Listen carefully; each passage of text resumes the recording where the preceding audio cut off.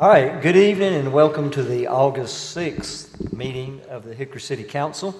At this time, I would like to ask our good friend, the Reverend Charles Kiker from Christ United Methodist Church to the podium. He's also wearing his official Hickory Police Chaplain uniform, so we would also like to thank him for his service in that capacity as well. I would ask that if you're able to please stand for the invocation and remain standing after the invocation for the Pledge of Allegiance.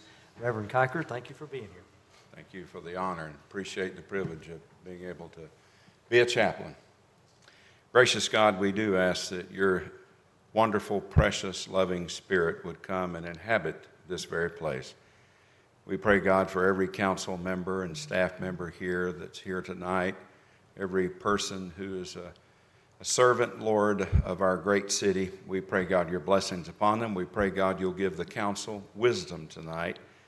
Wisdom, not just knowledge, but discernment and wisdom that comes from you. And gracious God, we do pray for our area, Lord, in which we live in, that it wouldn't just be a great place to live, Lord, but it would be a place that's filled with great people. People, Lord, who honor you and who honor and care for one another. Lord, it will be a time in the not-too-distant future, just a few days, when many children will start back to school. Many of our young adults will start to college. We pray, God, for all the students. We pray, God, for faculty, teachers, administration. We pray, God, that this would be a productive year for them, Lord, as they learn and grow, not just, Lord, the fundamentals of writing, arithmetic, but Lord, we pray, God, they'll learn the fundamentals of what it means to be a good citizen, to be a good steward of one another, to show honor and respect to their colleagues. And Lord Jesus, it is an election year, and we pray, God, that many platforms will be presented, many policies will be presented. But when it comes to people, we pray, God, that Hickory would lead the way, that North Carolina would lead the way. That when you disagree with someone, you don't demonize them. You don't dehumanize them. You disagree with them. And you move on. And you honor one another. Help us, God, to be people who will lead the way in that area. And we pray, God, for people who will be elected who do have character and integrity. Because reputation is who you are in the daytime when everybody's looking. But character is who you are at night when nobody's looking. We pray for women and men of character, people who will serve, dear God, and be selfless, and people who will put the needs of others, Lord, before themselves.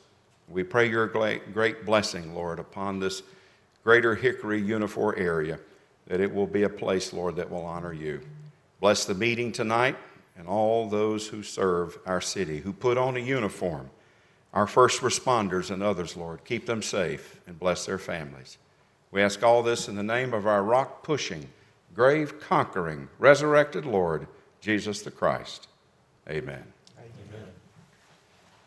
I pledge allegiance to the flag of the United States of America and to the republic for which it stands, one nation, under God, indivisible, with liberty and justice for all.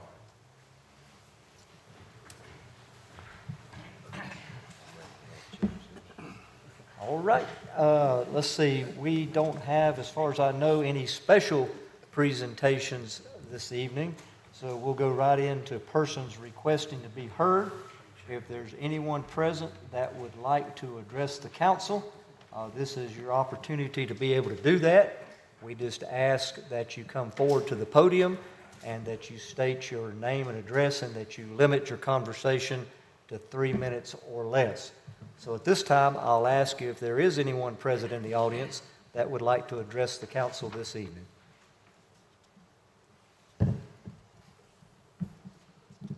All right, there doesn't appear to be anyone that would like to address the council, so we'll move on to the next item on the agenda, which is the approval of our regular meeting of July the 16th, 2024.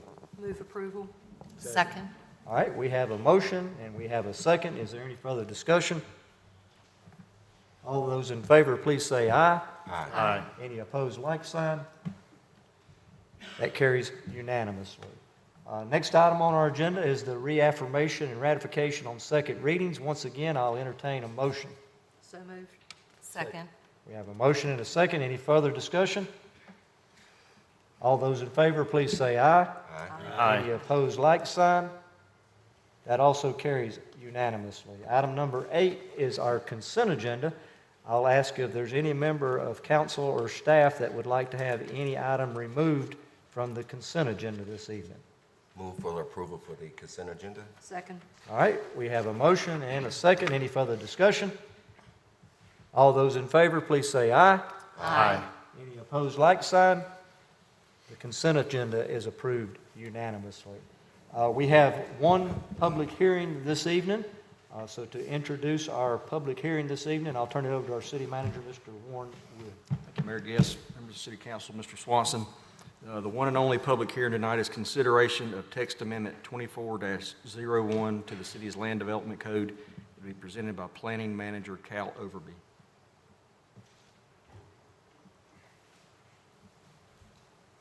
Thank you, Mr. Wood. Mayor Guest, council members, Mr. Swanson. Again, this is a request for consideration of amendments to our land development code.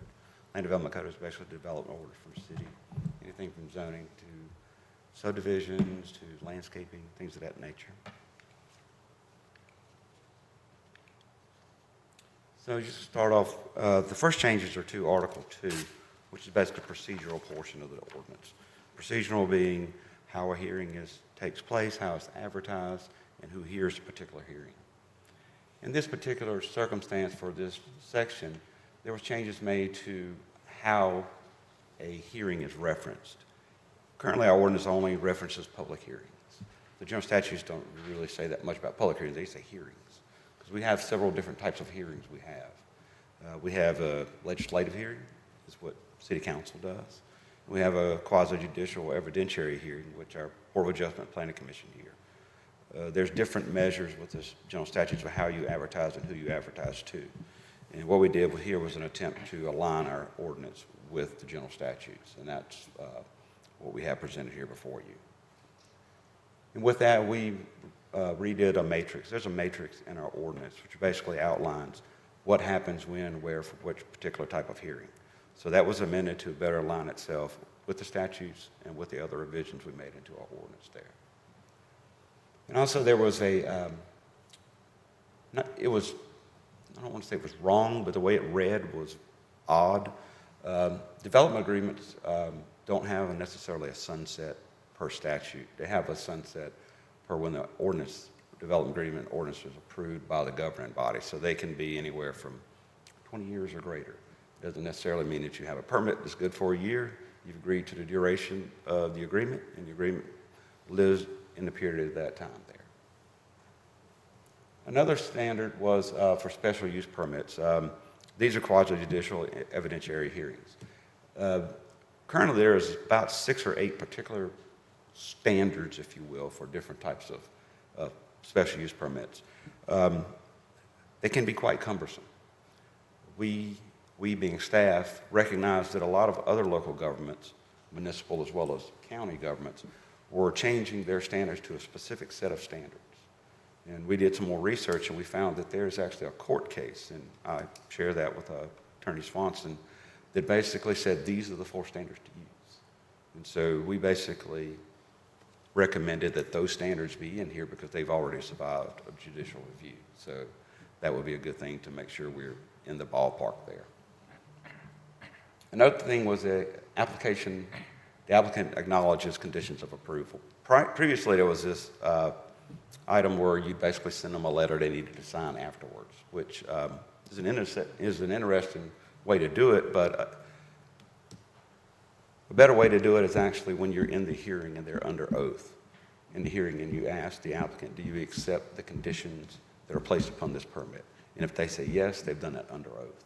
So that's seems like a more clear-cut way to do it as far as a procedural manner as well as a record-keeping manner. Article 3, which is basically our general use zone. Can I ask a Yes, question sir. before you go on from that? Mhm. So the changes that have been made here, some of it affects Planning Commission, correct? Will they be, is training needed? And if so, will they get training on these changes so that they know what's happening there? Yes, yes, and they were obviously presented this prior to this meeting, Mr. Will, but yes, we'll go over that. We do periodic training with our commission to make sure that they're up on Okay, things. all right, thank you. Yes, sir. Is that your only question, sir? Yes, that is, thank you.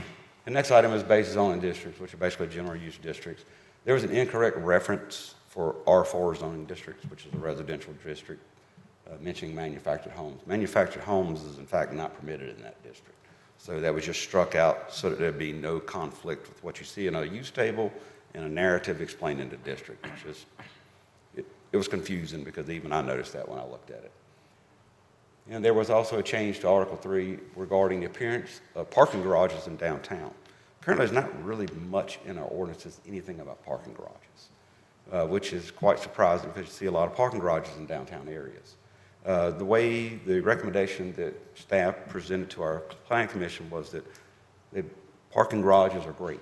They just must have some feature that's similar to their surroundings, not that you're having just a huge pour-in-place clear concrete thing. It could have some type of texturing, have a cover of veneer or something of that nature. It's something we thought would be appropriate, especially as our downtown grows. So we're not basically overwhelmed by parking decks, which parking is needed and is an issue, but it needs to fit into the fabric of our downtown and other areas more harmoniously. So Article 4 is our overlay districts. Currently, there's a requirement in our revitalization overlay that parking is mandatorily reduced by 30%. While this may sound great, we've noticed that sometimes a business needs more parking. And if you tell them they can't have that parking for whatever reason, it hurts the business. So we decided it's an option, make it optional, not make it mandatory. So if someone says, okay, I don't need that much, but our ordinance says you need that much, you can reduce it. But if they need more than that, they're able to provide more than that. So if that makes sense on that item there. Okay, for the next is use regulations. Use regulations are basically which use is permitted where in which zoning district. So this is a matrix that has P's and S's and blanks in it, what it basically does. Well, the first one was family care homes.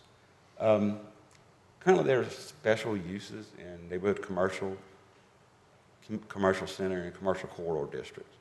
Family care homes are actually exempt from zoning in residential districts, meaning if you have a family care home that's 5 or fewer residents in it, they either have disabilities, physical, mental, and some others.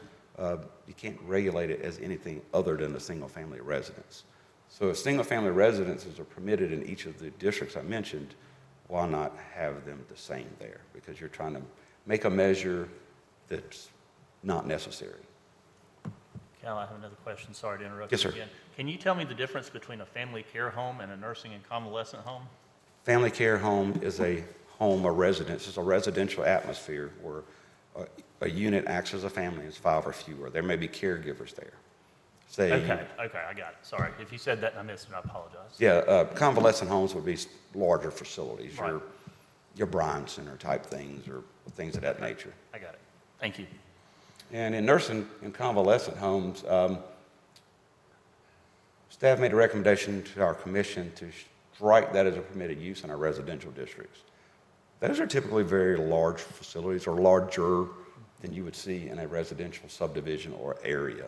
I mean, it's not, there's places for those, and there's ample places in the city for those to be located, but I don't think in a neighborhood would be necessarily where you would want those at. Industrial service and manufacturing. The recommendation was made to strike this from the central business district and the community center district. I'm not sure that it would be the best course of action to have manufacturing in our downtown area. That just doesn't seem like it's a proper fit. So that's where this recommendation here came from. Public facilities, basically, public facilities would be your any municipal facility, be it pump station, sewer pump station, water tower, whatever. Currently, there's special uses in our residential districts. if they're a public facility and it's needed to support the city and the area it's in, just needs to be a permitted use, go through proper plan review, go through meet particular development standards, but not have to go through review of our planning commission. In schools, part of schools was changing. I'll follow this up in a moment with some standard changes. It's basically made by right in residential districts with additional standards for, say, your elementary school, your middle school, your neighborhood type school. Open storage. You have two types of open storage defined by Hickory's ordinance. One is a principal use, meaning that's the only use of the property, and an accessory, meaning that it accompanies another use that's taking place on the property.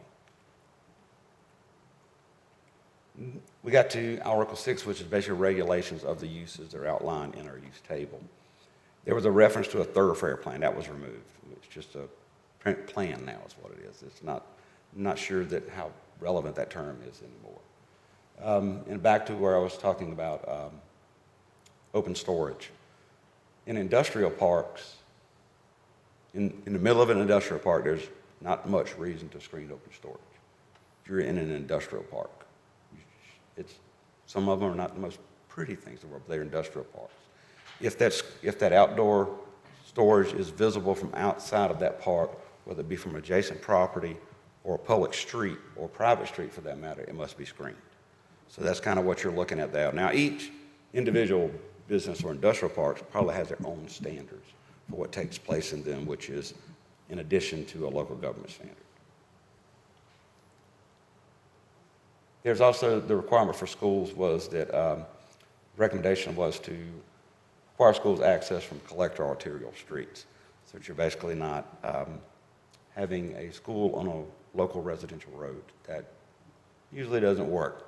It wasn't really stated in our code, so come right out and state it. But that's the traffic generation of a school during peak hours is a bit intense, and that's typically not what you want to see through a neighborhood. There's a revision for temporary sales. And the revision was done to allow for vendors to sell on lots where their business is not located. Staff encountered a number of these situations where a vendor came in with the permission of the property owner and set up and either offered for sale or advertised for sale some type of their products. Some that come to mind are there is an annual RV show at Valley Hills Mall. Technically, by the code, that's not allowed. There is an annual rug sale there. There's some of the shopping centers in Hickory that have, I guess, almost like a companion type business that they feed off of that locate there. What this would do would be allow for that to happen. Would it also allow for the spring up sales of mattress? I mean, I just know on 70, a lot of times just. The answer to that is yes. But you have to have permission from the. Correct. property owner. Correct. So you're not having like people just retail squatters. I don't know. Maybe that's a term to use there. To answer your question, Ms. Patton? Thank you. We recommended a change in our telecommunications ordinance regarding tower fall zones. The tower fall zone is basically, we have telecommunication tower, they are designed by a structural engineer to fall in a particular pattern and take up a particular surface. So when you're dealing with them, you understand how they're going to fall and where they're going to fall. We just revised our ordinance to make that more clear. It's always been implied, and our director, Mr. Frazier, has always interpreted it that way, but we figured, okay, let's go ahead and spell this out a little bit better. And so that's why that change was proposed. There was a recommended change to our ordinance, basically putting in standards for RV parks. Currently, we have RV parks listed as a use. There's no standards whatsoever. And we ran into an issue with a Board of Adjustment and, a planning commission meeting, and then some court cases with it. And from there, we being staff, decided to make a recommendation to put some standards in for RV parks. So you actually have a measure to make, not something clear to subjective, something that has objectives to it, so that you can apply those to a particular circumstance. And there are standards that were enacted for mobile food vendors, better known as food trucks. The requirement is basically for these vendors to get a permit from the city. They can't be on public property. Can't park in a public parking space in front of another restaurant and basically compete with a bricks and mortar restaurant. That use has to have has to be mobile at all times. It can't be basically a trailer that's parked somewhere where tires go flat and someone's selling a hamburger out of it. So that's kind of some of the standards for mobile food vendors that were developed. We looked at several different areas for this, trying to figure out, it's almost like it's a moving target at times, but we try to put together the best we have for it. So for intensity and design standards, recommended a change regarding accessory structure setbacks. And this is for the front yards. So front yard would be the street. Here's your problem now that we've discovered, which it may have been well intended at the time, but it seems really goofy now. So if you had a house that was required to be set back from the street by 20 feet, the accessory structure had to be set back 10 feet greater. So if you build your house here and you put a detached garage, your garage is sitting back from it. Our recommendation is to make them one and the same so that you have a more geometric pattern there. And there was a footnote that was clarified regarding accessory structures and buildings. The footnote basically clarifies that if a building is greater than 500 square feet, whether it be a garage, a storage building, or whatever, it has to meet the same property setback that the house would meet, so that you're not having a 500 square foot building 4 or 5 foot off the property line. A small lawnmower shed, something like you buy from Home Depot, these little metal ones, that's fine, but if someone's putting up a 500 square foot garage, then it might kind of be overpowering on your neighbor there. So it's already a policy and an ordinance. We're just clarifying what it actually means. Can existing buildings be grandfathered in, and what's the process for replacing a building like that? Let's say I have a 501 square foot shed, and it's rotting away and I want to replace it. Can I replace it? Is it grandfathered in that I can place it in the spot that it's in, or do I have to meet the new code? That'd be a grandfather use, sir. Okay, thank you. I don't have one, by the way. Okay. We won't let code enforcement. I'm anticipating the question. I got one, I'll show you. You can't bring it a new one. Okay, then there was some in here that we deleted. There was a requirement for a block length. It's been in this ordinance since I started working for Hickory 20 years ago. And those are great if you live on a really flat area. Those are not any good if you're living on a hilly area. So, I mean, think of your first planned towns, your Charlestons, your Savannahs. They were all out on a grid. Downtown Hickory was until it got to areas that's not flat, and we saw it, just development pattern happens when you're not dealing with flat areas.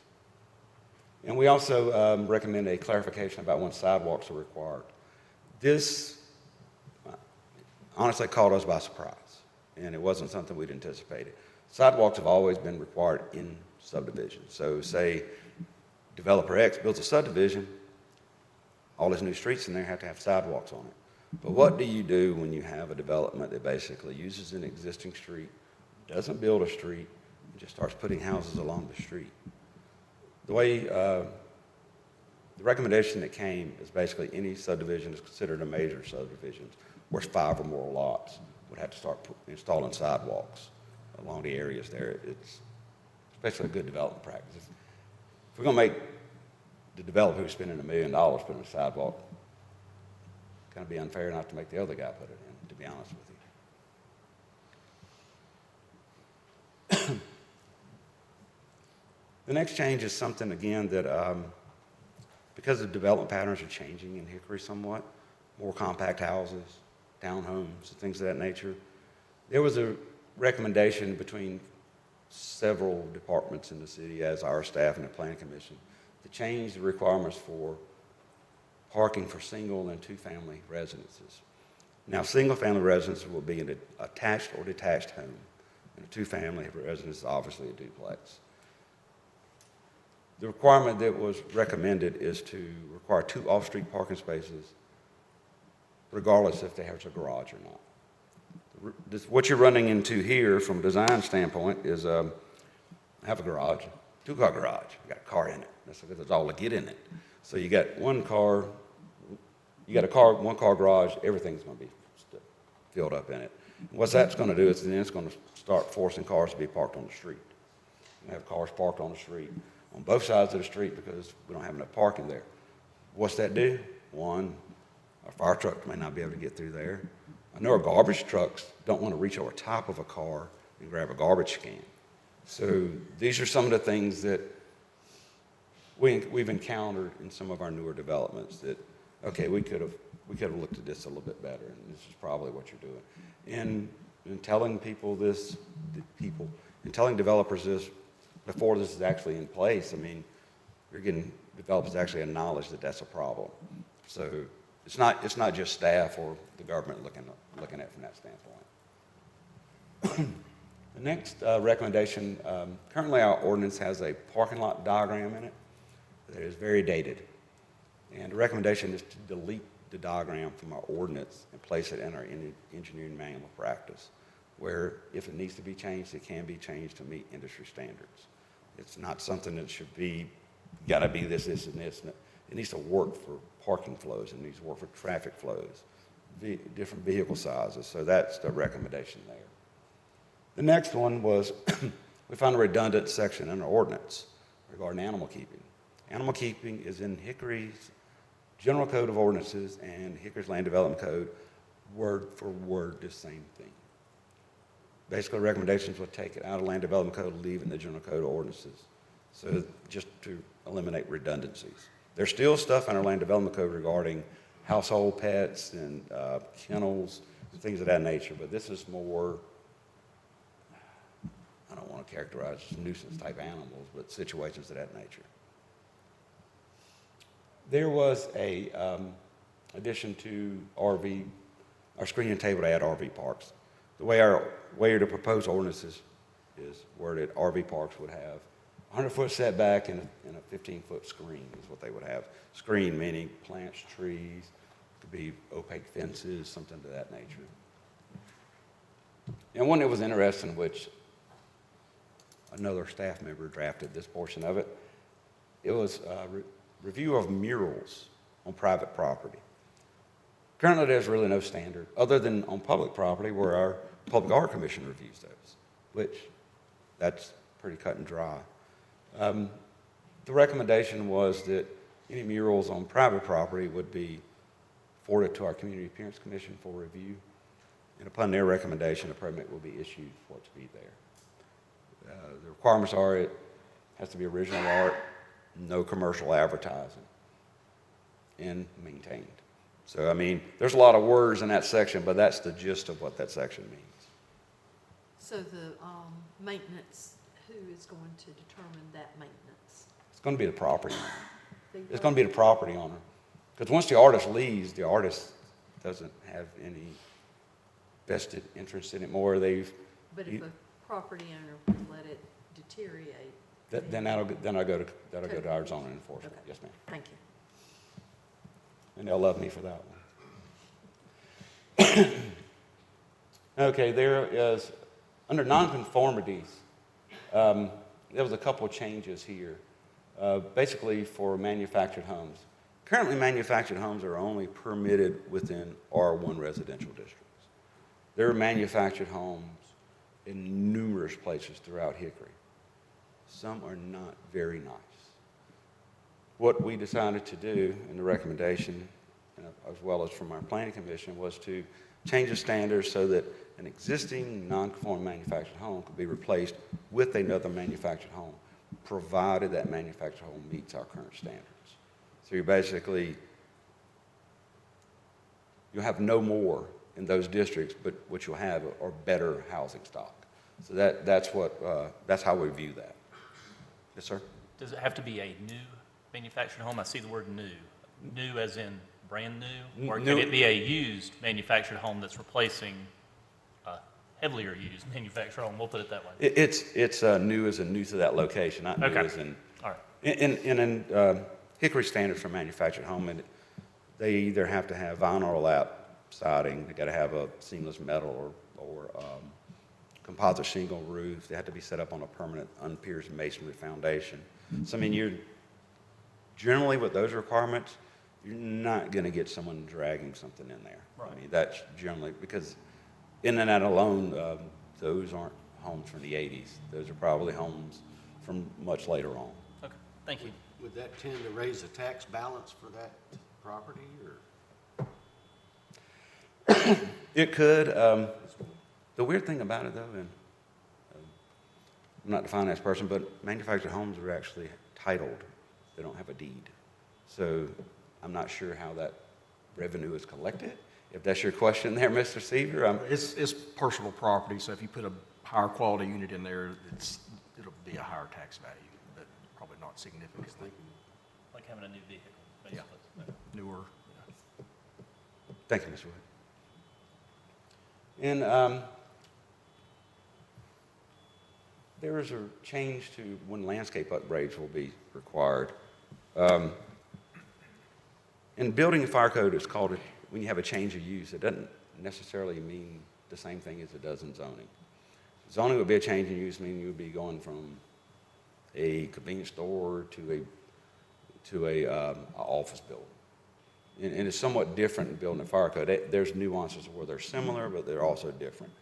And what staff recommended was to make that change so that when a business of scale changes from one use to another, there will be requirements for upgrades to the property, namely landscaping and other things, so that you don't perpetually have this one business that goes in and out, in and out, in and out, and never has any real changes to it. And again, there was additions to definitions of several different places. There was, again, there was a change of use definition. There was also a change to the definition of nursing homes, because that definition, oddly enough, said a nursing home could be inside of a residential house, which didn't really make any sense. If you're taking care of a sick family member with a home health nurse, that's not a nursing home. I wouldn't think so. And with that, I will close my remarks. And on July 24th, our Planning Commission reviewed the items presented before you and unanimously recommended approval. And I will close and ask if you have any questions. All right. Question. Yes, sir. Would you explain what is a Tower Fall zone? Okay, Tower so Fall zone. okay, so you have okay, we got cell tower here, Right. monopole cell tower. Okay? The way it would work is, think about it as an accordion, Mrs. Agarwal. It gives here, and then it falls like this, and then down here, so you have a zone. More often than not, you'd see a tower's 190 foot. It'd have a 190-foot radii setback around it. Okay. If it falls at a different manner, then that area could be reduced. So you're not basically eating up unused space. That really comes into play when you're dealing with commercial areas. Okay. In most rural residential areas, they are set back, their distance in height or greater. But say there's a cell tower that sits right here beside this building. If you've ever walked out there and you see it, Yeah. guarantee it's designed to do this when it goes down. If not, it'll hit the building and not be a good thing. So, do you go out and get that radius of that zone, or they have to They- apply for that? They apply, they being the tower providers and the engineers Tower. provide that paperwork, and then our Make planning sure director, there's Mr. Fraser, no homes reviews it. that fall. Correct. That fall onto. Yes, Thank you. sir. That's what I thought it was, but thank you for the explanation. I have one Yes, last sir. question. Going back to the aesthetic issue with parking garages, did you, or anybody, consult with somebody that's in that business? David Looper Company comes to mind because they built the one right across the street, on the cost impact of the new aesthetic requirements for those? No, sir. Okay. I mean, we reviewed some other local governments, we reviewed some projects that had taken place, and looked at it from that standpoint. Okay, thank you. All right, Mr. Overby, it seems that most of the questions were asked while you were doing your presentations, but I'll ask anyway. Is there any further questions for Mr. Overby from council? I have a question. It's interesting to me, because I have 3 dogs, but I'm hearing, I guess I'm reading, that if it's 6 or more dogs, it then change into a kennel, if that is the case? Because if so, I'm very close. Only And 3 and more. that is in our, I think that's in our code. That's How does been that there work? For a long time, yeah. I completely understand that. Okay. know that. I mean, if that's a magic number, if the magic number needs to be increased I or mean, decreased. right, is that where does that number come from? Or is it changing from one number to what it is now? That number's been in our ordinances as long as I can remember, sir. Well, I'll just keep the 3 I have. Understood. Some people love their dogs. Does it apply to felines as well? Cats? And that seems fair, right? Well, I don't think you can herd cats. I don't know. I've tried with all of them running around. Okay, thank you. Yes, sir. All right, no further questions. Thank you. All right, this is a public hearing. So at this time, I'll declare the public hearing open, and if we have anyone wishing to speak, then I'll explain the rules. So I'm going to go ahead and declare the public hearing open and ask if there's anyone present that would like to speak in opposition to these text amendments that you've just heard described by Mr. Overy concerning our City Lands Development Code.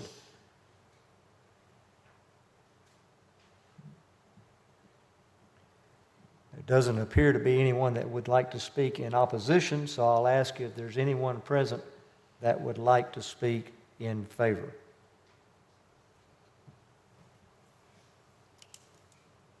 All right, there doesn't appear to be anyone that would like to speak in favor, so at this time, I'll declare the public hearing closed and entertain any further discussion or motion. I'll move approval of the Land Development Code changes. Second? All right, we have a motion and a second. Is there any further discussion? All right, all in favor, please say aye. Aye. Any opposed, like sign? All right, that carries unanimously. We have 2 departmental reports this evening. Once again, I'll turn it over to our city manager, Mr. Warren Wood, to introduce our first departmental report. Thank you, Mayor Guess. We have a traffic update be presented by Chief Reed Bear, and the significance of this is that we may have a dozen police officers working at any one time on a good day, and you have got over 100,000 cars that travel through and in Hickory. So there's enforcement, but there are also other techniques that the HPD uses to manage our traffic safety issues. That's right, thanks, sir. Good evening, Mr. Mayor, members of council, Mr. Wood, Mr. Swanson. Tonight I'll be providing you, just as Mr. Wood said, with a traffic safety update. Going to talk a little bit about a lot of things. So we're going to move through this. There's a lot of data that I'm going to throw at you. So anytime you have a question, please ask it, because we may move past it and might not get back to it. So I'm going to start with numbers. We've got a lot going on in the city, as you know, and as you've heard me talk about before when I've been up here talking about crime statistics. When they do a lot of our figures, they factor this number in right here, which is our population. This comes from our city government demographic on our website. Oops.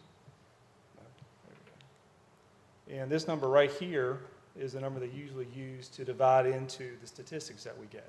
This is the number you really need to focus on when we talk about traffic safety. And that is that our Hickory Daytime population swells to an average of just under 163,000 people a day. And so most of those folks are coming in via a vehicle, which can cause the traffic issues I'm going to talk about. So that's the number we really need to focus on tonight. So when you talk about traffic safety, what's the first thing that comes to mind for most people? It's going to be traffic crashes.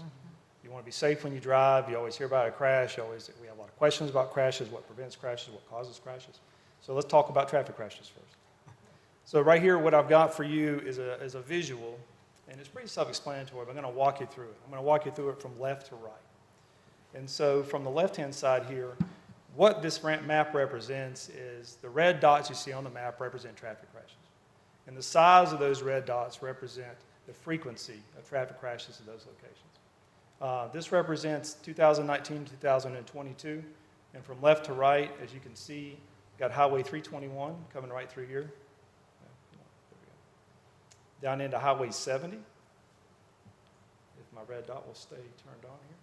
Down to Highway 70 into our retail district, which is no surprise from some of the things that you've already been made aware of. Lenoir Boulevard, Highway 127 North right here, and then Springs Road. So that's the concentration of where you see the largest red dots on the map. And so that's a lot of data, that's a lot of information just to look at visually. So what's that translate down to? Well, top 10 crash intersections. So we're data-driven. You're going to hear me talk a lot tonight about being data-driven so that we can deploy resources where we need to be to try to mitigate some of these issues. And so when you look at our top 10 crash intersections, you're going to see several repeat offenders here. You're going to see Highway 70 on this list several times. You're going to see Springs Road, 8th Street Drive, which is actually an Orion Boulevard, as well as 321, as I mentioned before, in Springs Road. This list kind of compiles into really 4 main areas. And that's going to be the Orion Boulevard area between your Texas Roadhouse and Zaxby's locations there.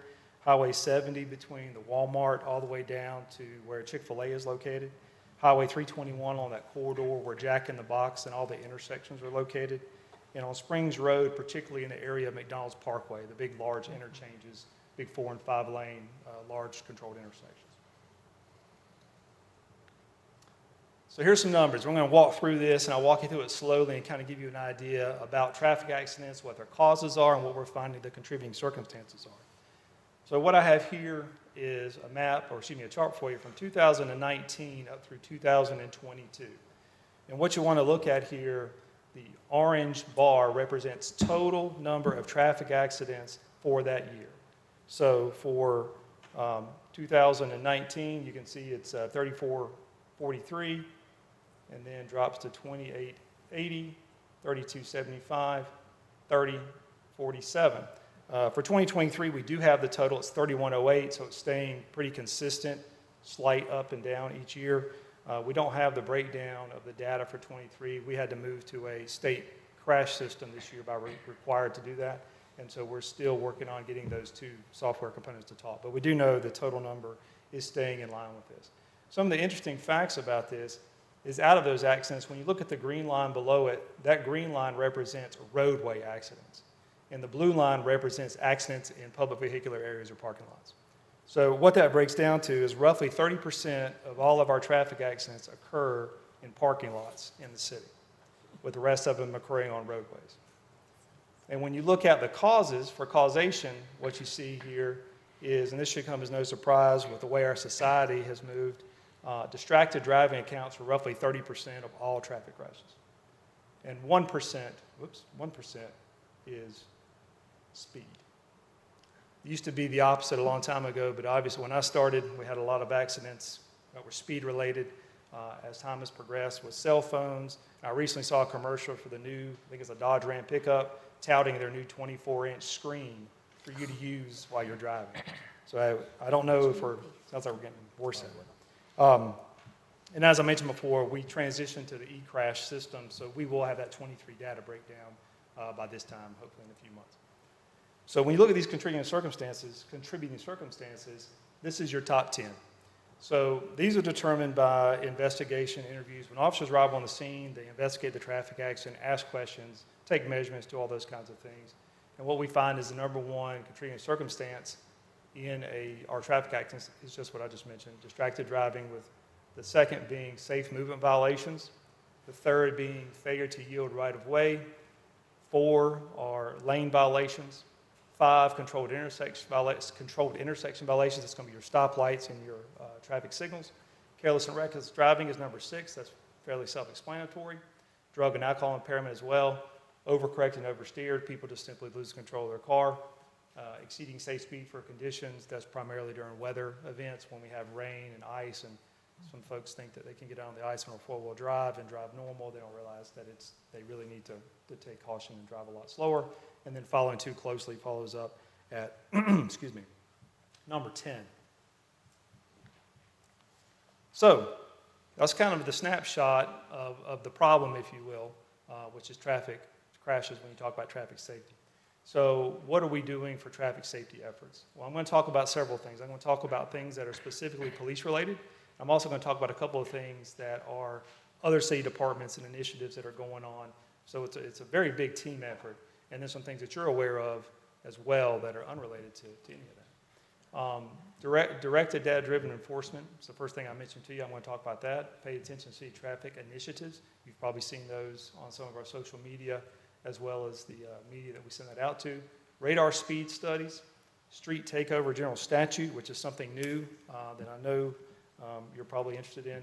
and then we're going to talk about some neighborhood traffic calming programs that go on in the city. But let's start with what I mentioned first, which is enforcement. So like I mentioned before, enforcement, we're data-driven.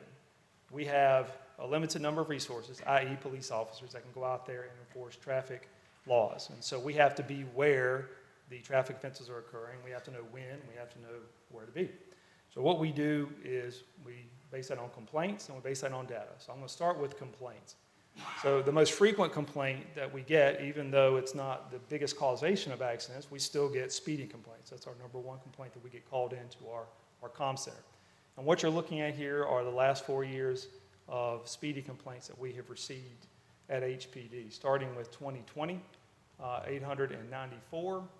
2021, those complaints went up to 933. We saw a drop in 22, and then another drop in 23. So what, might you ask, is the reason that we're getting less speeding complaints? Well, I don't have a definitive answer for you. I'd like to say because it's the efforts of what we're doing and trying to be directed with our data to be where we need to be, and I'm sure that's part of it. But another part of that, too, is I do believe when you look at during the pandemic, when we had so many people working from home, we did have a lot of our calls come from people at home, talking about their neighborhoods, calling about speeding, where we come and do radar studies and things like that. So I think when everyone returned to work, that probably also contributed to that decrease. So when we talk about speeding, let's look at the citations for that same time period. So these are traffic citations versus speeding citations for that same time period. The top number in blue represents total number of citations written by HPD for that year. And then right below it, the orange, there we go, is the speeding citations. So out of the 6,358 citations, 1,383 of those were for speeding. And the same across the board. And what's interesting is for the 4 years, roughly 22%, 23% of all citations written are for speeding. Obviously, speeding is one of the things that's the easiest to identify when officers have radar, we have LiDAR, we have other tools that we can actually see a car visually, know it's speeding, confirm it's speeding, and then take action with that. Okay. Top 10 traffic citations issued. As I just mentioned, speeding is the number one citation with 23% of all citations being speeding citations. Our second most frequent is fictitious license plates, and that's exactly what it is, people driving around with a fictitious license plate on their car. Driving while impaired, number 3. Not having an operator's license is number 4. Stop sign and stoplight violations come in at 5 and 6. Safe movement violations at number 7. Not carrying insurance on the vehicle, number 8. And seatbelt violations at number 9. And then careless and reckless driving coming in at number 10. Excuse me, Chief. Yes, sir. If I can, what would be the motivation behind number 2, the fictitious license plates? Oftentimes, people don't want to register their vehicle, and so they will either take an old plate and place it on that vehicle so that they can drive around and appear to have a license plate. We also have license plates stolen and placed on a vehicle for the same reason. Has that one kind of moved up the list over the years? You know, it's always been, I mean, even when I was out there writing citations, that was pretty frequent back then as well. So. Any other questions? Okay. Thank you. So citations and enforcement is one of the things that we do in order to try to be seen, be visible, make people aware that we're out there trying to drive down that distracted driving. I want to So, go back yes, to ma'am. that fictitious, when you pull someone for a fictitious license plate, do you take that license plate immediately? Yes, ma'am. Yeah, we're required to turn into the state, and the subject, the person can be charged, and then that vehicle in the roadway, if it's in the roadway, is towed. So is that basically them stealing a license plate from another vehicle and putting it on their vehicle so that they can have the appearance that their vehicle is registered? Yeah, in some cases it is a stolen plate, and in some cases it's not. In some cases it's just perhaps they kept a tag from an old vehicle, and then they have another vehicle, but they don't want to go properly register it for whatever reason, and so they place that tag on that vehicle and drive it around. So it's both. Okay. Another one of our efforts is the Pay Attention City Traffic, or PACT as we put it out on our media. And the purpose of that is to increase police presence and direct the traffic enforcement locations that are identified by that data and complaints I spoke about earlier. So essentially what it is an awareness campaign. The purpose is to change driving behavior. You know, we've never had ticket quotas. That's never been a thing, although that's always been an urban legend. We try to change behavior. We don't want to write citations. The reason we put that out ahead of time is to tell folks where we're going to be, because we have determined through data and complaints that that is a problem area. We want that behavior to change now.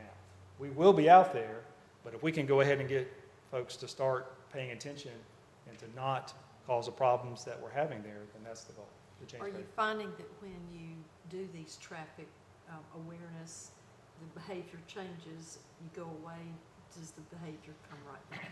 It depends on the location, but yes, it does happen, not everywhere, but it's some of our more, you know, you'll see them repeat in certain roadways, and you could take a brief history of our social media posts and pretty much determine where those locations are.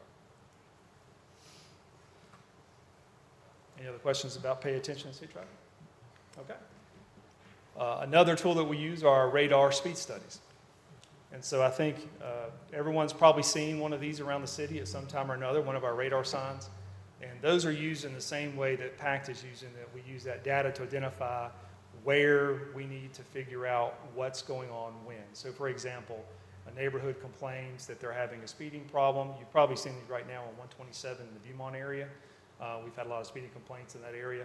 And so what these do are, when you see these signs, they record the date, time, and speed of the passing vehicles, and it'll flash if it's over the posted speed limit. So for example, if it's 25 mile an hour speed limit, and you're doing 26, that sign is going to flash to let you know you're exceeding the speed limit. It's also going to record, not video, but it's going to record how many vehicles travel through at a certain time, their speed, and the peak speed. And this is what that looks like. We download these via Bluetooth. And so, for example, this is one that was off of 127 in Beaumont. As I just mentioned, this is a 35 mile an hour zone that this sign was in. And so what you see here on the left side is the time of day. This is noon to 8 p.m. This is the number of vehicles that traveled through that past that particular sign. So that's 51 vehicles in that 30-minute period. Out of that 51, 24 were exceeding the 35 mile an hour speed limit. The peak speed, so the fastest traveling car, was traveling 42 miles an hour in that 30 minutes. And then at 12:30, the same thing. So what this enables us to do is when we can download this data, it tells us when are the cars coming through, where's the volume, where's the most speeding taking place, and generally what we find in some of the business areas is when people are going to work, when people are leaving work, and that's when we try to be there. Because obviously we want our resources spread out as efficiently as possible so that we can make the most impact as possible. Any questions about the radar speed studies? Something that stands out to me, so you get the complaints, right? I mean, you get the complaints about speeding and people say they're speeding. Tell me, I've heard that your officers, part of their training is to be able to see a vehicle go and estimate the speed of the vehicle within X number. This is telling me that I'm not good at that. I'm not good at estimating and I don't think I'm the exception to the rule. Sure. How difficult is that test? You're correct. To be radar certified, you have to go through not only a classroom class, but the officers then have to do a practical with a radar instructor in the car. Officers have to be able to identify a speeding vehicle, have to be able to identify the speed within a certain range, and then confirm that speed with the device, whether it's a radar or a LiDAR, in order to be able to confirm that speed and then to take action.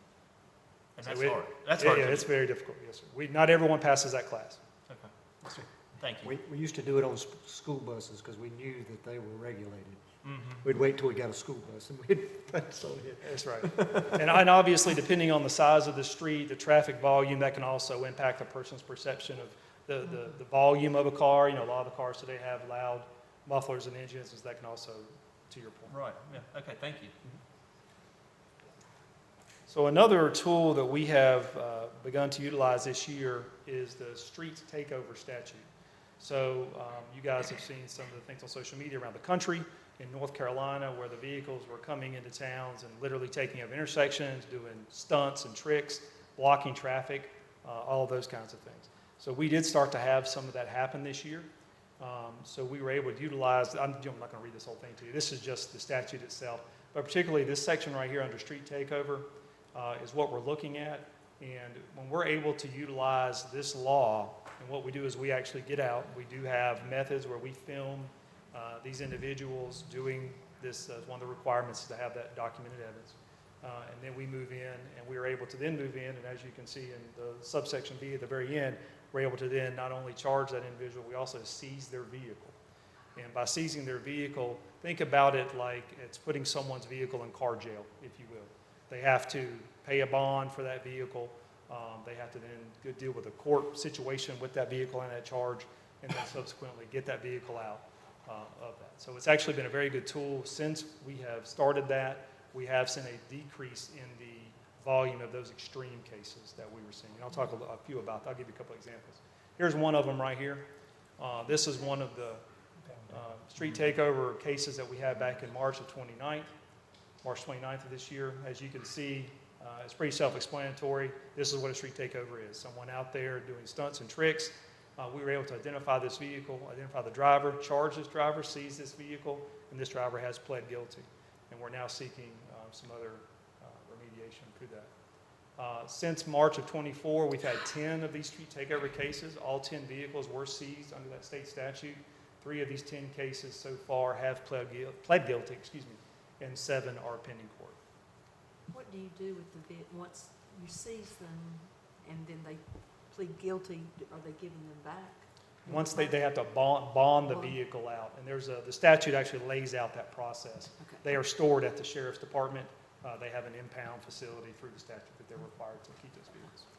Hey, Chief, has that calmed down some since you all started that endeavor to? The nature of the severity we still have a lot of traffic, particularly in the Highway 70 area, a lot of the cruising, but the extremely dangerous stunts and things, we have had less calls about that since we started this particular year. So is the penalty just impounding, or is there an actual? No, there's a charge. The statute I showed you, that is an actual charge, and then But then, is there a jail time or anything related to well, it just depends on the individual. Unlikely, particularly if it's a first offense, Okay. but it is a serious charge, particularly for your driver's license. Speaking of penalties, this is out of your purview, but you may have heard in the course of duty. What are the insurance consequences of being caught doing this? Have you heard anything like that? I did have one father contact me. In this particular, it was his son who was the one who was doing, and it was going to be pretty severe for them to continue to carry their son on insurance because of this particular incident. So depending on the age, the driving record, all of those things, it can be serious. Good, sir. Good. Any more questions about the street takeover? Okay. All right, we'll move on to something else that the city's doing through our traffic division is a neighborhood traffic calming process. I believe you heard Mr. Miller up here talking about some changes to this a while back. We always work in conjunction with the traffic department about with these traffic neighborhood calming processes. We also utilize our radar studies with this as well. City Transportation Traffic Engineers conduct these studies. 29 have been completed since July 1st. 16 resulted in reduction of the speed limit in that neighborhood. 3 of the areas were on DOT roadways, which we didn't have any authority to actually make a change. But that's always also available to citizens. They can contact the City of Hickory Traffic Division. They provide a very nice packet. I actually got one when I was looking into this. It's very self-explanatory. Walks the neighborhood through what they need to do in order to start that process. And didn't they lower the threshold Yes, to ma'am, make they it did. easier? Yeah, Okay. for the percentage of the petitioners. That's Thank correct. And the possible outcomes after that evaluation can result in either a speed limit reduction, marked on-street parking, multi-way stops, race chicanes, or other road diet measures, or speed tables. Yeah, what is that? Speed table. All right? Race bumps, the chicane? bumps. Oh, the bumps, Yeah. speed bumps, okay. Or the ripple strips. Yeah. Oh, Slow them down. And then lastly, before I close, I'll mention something that came before council in May. The City of Hickory now has a grant from the Federal Highway Administration to create a Safe Streets for All comprehensive safety action plan. used to develop a comprehensive Safe Streets and Roads Action Plan. This is being headed up by our Infrastructure Grants Manager, Karen Dickerson, and she'll be putting together a steering committee, including citizens, to drive this. So just more things being done as the city grows and we monitor traffic to try to make it as safe as possible. One thing I do want, I've noticed an increased number of golf carts, and just yesterday and I then know, one right. today, they both had tags, so it's perfectly legal, but can you only drive, I mean, you wouldn't get them out on 70. Is there a speed limit to them? There is the statute that you're referring to, it's by memory, it's a low-speed vehicle, I believe, and you can tag those now, yes, ma'am. You can drive them on the roadways, you cannot take them on a roadway with a speed limit, I believe, above 35 miles per hour. But if they're not tagged, then they should not. If they are not tagged, to operate a golf cart of any sort or a low-speed vehicle, has to have a North Carolina license plate, and it has to be insured, working headlights, seat belts, turn signals, everything. Thank you. I just want to thank you for doing this. This has been so helpful for me. I mean, when you put up the graph of the number of calls that you receive, I thought that was the Tony Wood Comm Center for the number of calls I receive about speeding. It's the number one thing I hear about. And so having you, present this is so helpful because it helps me educate when I get these calls. So thank you. Yes, sir. I did have a question because distracted driving is one of the main infractions in accidents. How is that reported? Is it self-reported, or is it like you actually check to see if they were on their device? Or? In a lot of cases, it is through the investigation, self-reported, and/or we talk to the passengers of the vehicle, we talk to the driver. In North Carolina, the statutes that regarding the cell phone usage, to be honest, are a bit arduous for us to try to. You have to. It's very specific. We are trying to do some changes through the Chiefs Association, much like some other states, which have made it a little more easier to stop people from doing those kinds of things. But right now, it is a little bit difficult.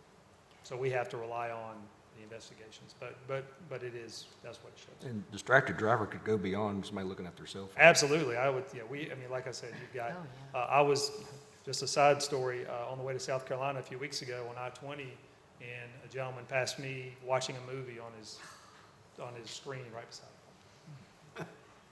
And does it still hold true that the perception of speeding is typically not what you find out when you go out and do these studies, that the perception is that everyone's speeding, and that's not the reality in most cases? Is that still the? I think that's a fair the norm? statement. We do find some speeding issues, but for the most part, we do find that vehicles are that it is not an overwhelming number of speeding issues when we do the radar studies. Okay. Any other questions for Chief Bear? Thank you, sir. We appreciate that information. All right, we have a second departmental report. Once again, I'll turn it over to our city manager, Mr. Warren Wood, to introduce that report. Thank you, Mayor Guest. The second presentation tonight is approval of the Creating Outdoor Recreation Economy Strategic Plan to be presented by Business and Community Development Manager Dave Leonetti. Good evening, Mayor Guest, members of council, Mr. Wood, Mr. Swanson. I'm here tonight with David McCray from the North Carolina Department of Commerce. We're here to discuss the Creating Outdoor Recreation Economies strategic plan, and that was funded by the Department of Commerce. And I'm going to turn the presentation for the first half over to Mr. McCray, and he's going to talk about the program and the planning process, and then I'm going to come back and talk a little bit about the goals and strategies and the vision contained within the plan.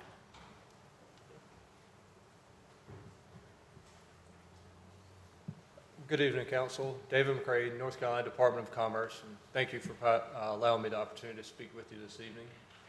As Dave said, the Creating Outdoor Recreation Economies Program, or CORE, as we want to refer to it tonight, it is an initiative led by the Main Street and Rural Planning Center under the Department of Commerce, and this is made possible through funding from the U.S. Economic Development Administration to allow us to conduct this statewide.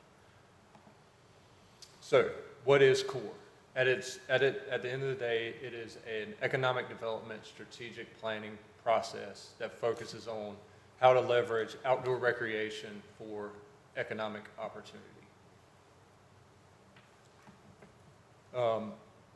Through this map in here, just to give you an idea of all of the towns and counties across the state that are concurrently participating in this program. As you can see, Hickory there, along with neighbors Valdez and Catawba are participating. But I put this up there to show you there's a lot of momentum around this space, a lot of enthusiasm, and a lot of people really see value in looking at outdoor recreation, how it can improve the lives of the citizens living in a place, as well as contribute to the economic development of a city. Which begs the question, why is the North Carolina Department of Commerce engaging in outdoor recreation strategic planning? Well, outdoor recreation is already a big economic driver across the state, contributing over $14.5 billion in economic impact in 2022, which led to 146,000 direct jobs, resulting in over $6.8 billion in wages. City of Hickory and surrounding areas are already, without a doubt, we know, benefiting from this sector of the economy. So our goal is to look at how can the City of Hickory continue to capture a larger slice of this pie, as well as continue to help grow this overall sector across the state. Particularly of interest to the City of Hickory and the Business Development Department is the manufacturing sector within this broader economic sector. $2.38 billion in economic impact solely in manufacturing, over 7,600 jobs, and $600 million in wages in the manufacturing sector solely based on outdoor recreation-oriented products. So again, really big numbers. How can Hickory is already, without a doubt, benefiting within this manufacturing sector. So how can you continue to grow in this area? Throughout the state, we're really trying to tailor the process to meet the needs of the local community through focusing on about 5 focus areas. For the City of Hickory, our primary areas of focus were small business development and manufacturing and supply chain. When we spoke with Dave and team initially, and he showed his interest in that, he said that was the focus area that the city would like to really hone in on. We had a really great work group representing the city, business owners, local government, people with business resources, everything from the Manufacturing Solutions Center, the Chamber of Commerce provided input. So again, just a really engaged and helpful group that showed a lot of enthusiasm in helping to drive this forward. And so regarding the process, again, at the end of the day, it's a strategic planning process with specific goals, objectives, and action items that can begin to take place in order to move this economic sector forward for the City of Hickory. In order to do that, again, our work group was the primary driver, providing input, providing direction for this plan. We did questionnaires to provide input. We did guided discussions with SWOT analysis, with asset mapping. Again, we did do some outside stakeholder interviews with individuals that couldn't be on the work group, but that are invested in the City of Hickory's future in this sector. We didn't want to duplicate existing plans that the city already has, so we did look at existing plans and how we could build upon those and complement them. And I'll just say, from my perspective, outside looking in, the city has a lot of very promising outlook here. I mean, great assets. We've already invested a lot with the Hickory Trail. There's the existing business and industry is really primed to take advantage of this sector. And again, I just think there's a lot of really promising outlook for this sector, for the City of Hickory. Thank you. Thank Thanks. And so as David talked a lot about the process, I'm going to kind of give a brief overview of the vision, the assets that we identified, and the goals. You have the entire plan in your packets. I'm not going to go over every strategy and objective of the plan, but for the vision, just really kind of to keep it sort of bulleted rather than having that kind of longer sentence, talking about, for the city of Hickory, our tradition of craftsmanship, emphasizing the area as a regional center, as you heard Chief Bear talk about, where all that traffic comes into Hickory every day. So looking at us as the regional center, but kind of focusing that a little more on the outdoor recreation economy, as having this be a sector that creates quality jobs, supporting business development and entrepreneurship, emphasizing that quality of life that we've invested so much into with the trail projects and a lot of the other outdoor recreation resources, such as the mountain bike trails. Embracing that community collaboration. One of the biggest things that we saw throughout this process and just through working with the Business Development Committee in general, our business support infrastructure and our entrepreneurial support organizations, we talk to each other regularly, and we have a very good working relationship, whether that's the Economic Development Corporation, the Chamber, the Small Business Technology Development Center, the Manufacturing Solutions Center, the Small Business Center at CVCC. All those organizations, we talk to each other a lot, and we work together to help kind of, bring that small business community together. And then the final one is just fostering outdoor recreation culture. We looked at kind of an asset-based planning process for this plan, focused on the assets of the city and the region, really looking at, what we have as opposed to what we lack, and then figuring out ways to leverage those assets into improved quality of life and stimulating economic growth.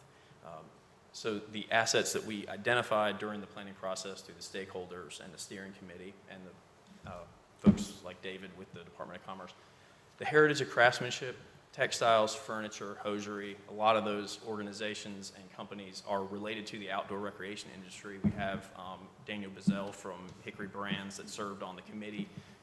They do a lot of narrow textiles, so all kinds of different cords that you use and shoelaces and different things that are in a lot of the outdoor equipment that you're purchasing every day are manufactured right here in the Hickory region.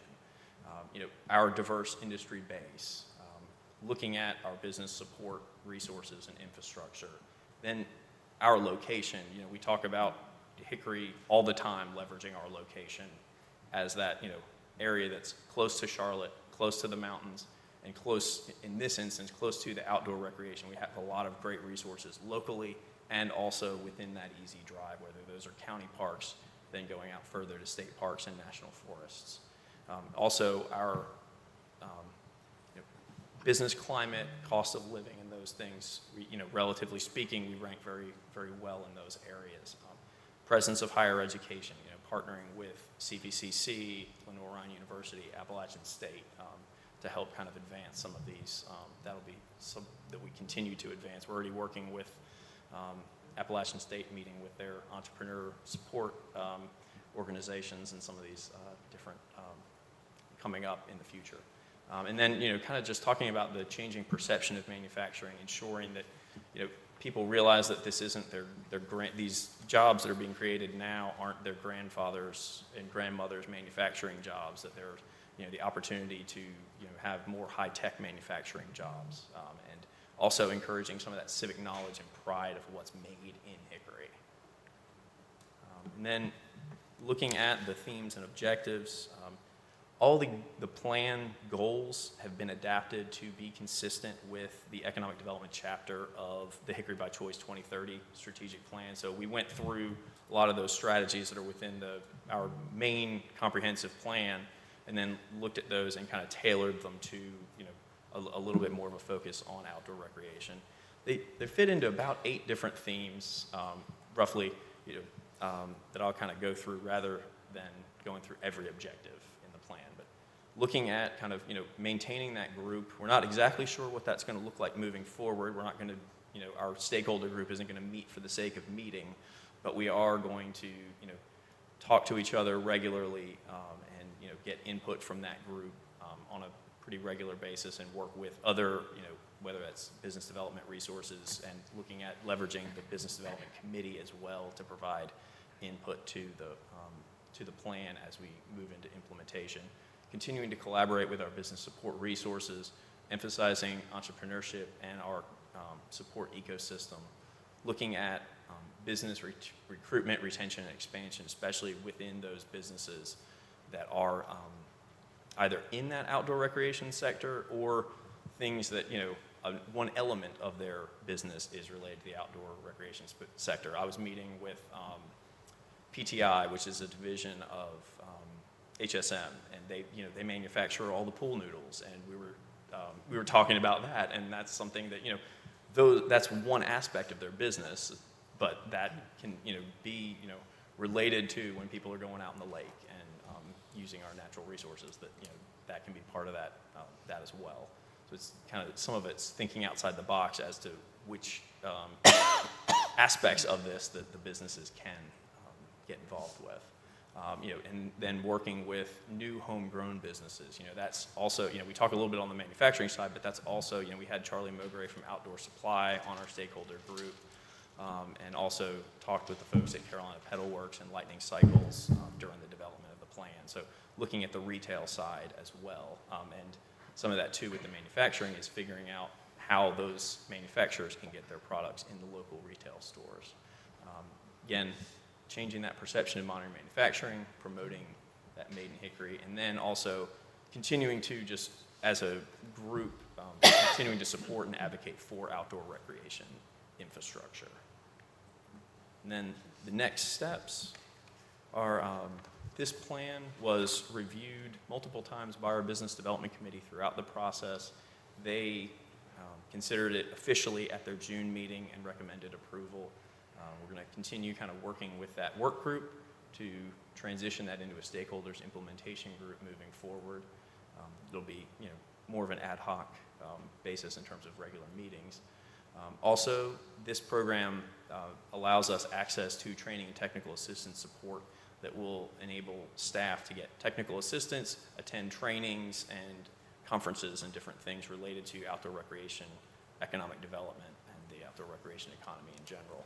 And then there's also access to university implementation services where the several universities throughout the UNC system can assist with whether that be a marketing plan, data analysis, and some other items related to the outdoor recreation sector. How are you going to push this out into the public or get more awareness? Sure. So we're going to continue kind of with the business, through the business development committee. I think we'll probably do some work through our social media plans and marketing efforts to kind of get the word out there, and then also through the business community, looking at some of our entrepreneurial support. Like the Chamber has a Catalyst group that is founders and kind of that more specialized outreach as well. Thank you. And the final slide is just, first of all, I wanted to thank especially David McCray, but David McCray and Karen Smith from the Department of Commerce for all of their help and support putting together this plan. They have been great resources throughout the process. And Phil, who I don't know well yet, but he is our new region for our region of this state. You saw Kyle Case on the stakeholder group list. He ended up coming to work for the COG, so he is still local and helped us a great deal with the plan. But they've hired a new economic development planner, and he's going to help us a lot with the implementation process. With that, I'd be happy to answer any questions. Any questions for Dave? I have one. The natural resources, that's the critical piece of this, right? I mean, without that, we're not having this conversation. What's the preservation element of this? Preservation of the natural resources. Of the natural resources, Yes. yeah. And I think a lot of that is not necessarily as much directly related to this plan, but that's working with our Parks and Recreation Department, and when they're creating their recreation master plans, ensuring that we are being good stewards of those items. And like our comprehensive plan talks about maintaining access and protecting those natural resources. So that's in a lot of our other plans, and we'll kind of continue trying to emphasize that as we move forward. It could even go as far as IBTs. Yeah. Well, I mean, we don't want to do this at the expense of what's brought us here in the first place. Correct. Right? I mean, you deplete it. I mean, look at what's happening in Paris. Bad comparison in terms of size of cities, but you can't swim in the water. If you do, you get sick. We don't want to go down that route, so, thank you. I had a question. I think this is so timely because of our trail systems and the bond projects that tie in, dovetail very well. How is that being kind of coordinated with all of this? Working with the trail system and And even, we're also looking at some state park projects and other things. Sure. So, I mean, that's one of the things that, that's not necessarily I'm not working in that realm every day, but we're working with the folks. So that's talking with Mark, talking with Steve and their folks to make sure that we're all on the same page. And, it's, they're building the projects, and then from the business development standpoint, we are leveraging those to promote that private investment and economic development. Thank you. Any other questions for Dave?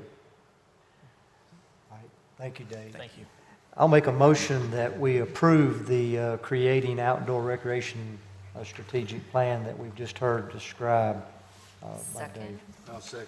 All right, we have a motion, we have a second. Any further discussion? All in favor, please say aye. Aye. Any opposed, like sign? All right, that carries unanimously. Let's see, we're near the end here. Are there any appointments to our boards and commissions?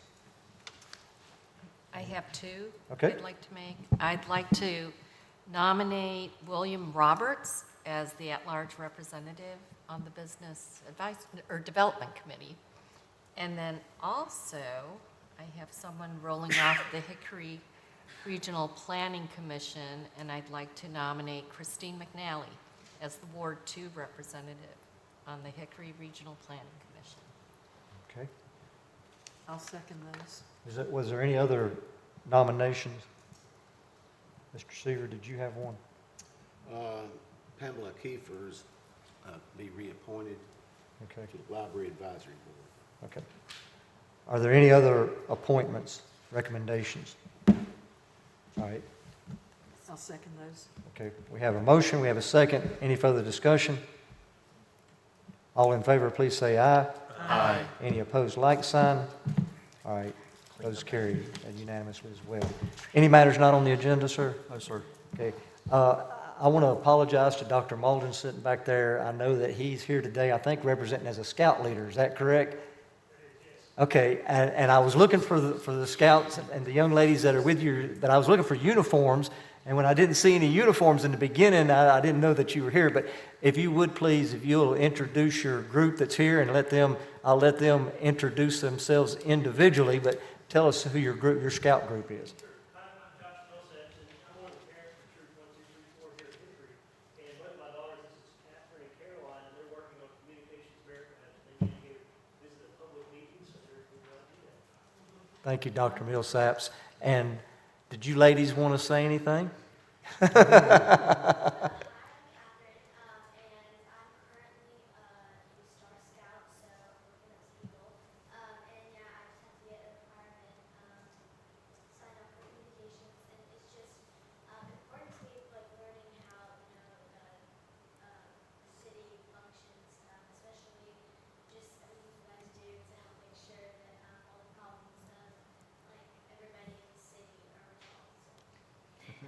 That was great. All right, is this your sister?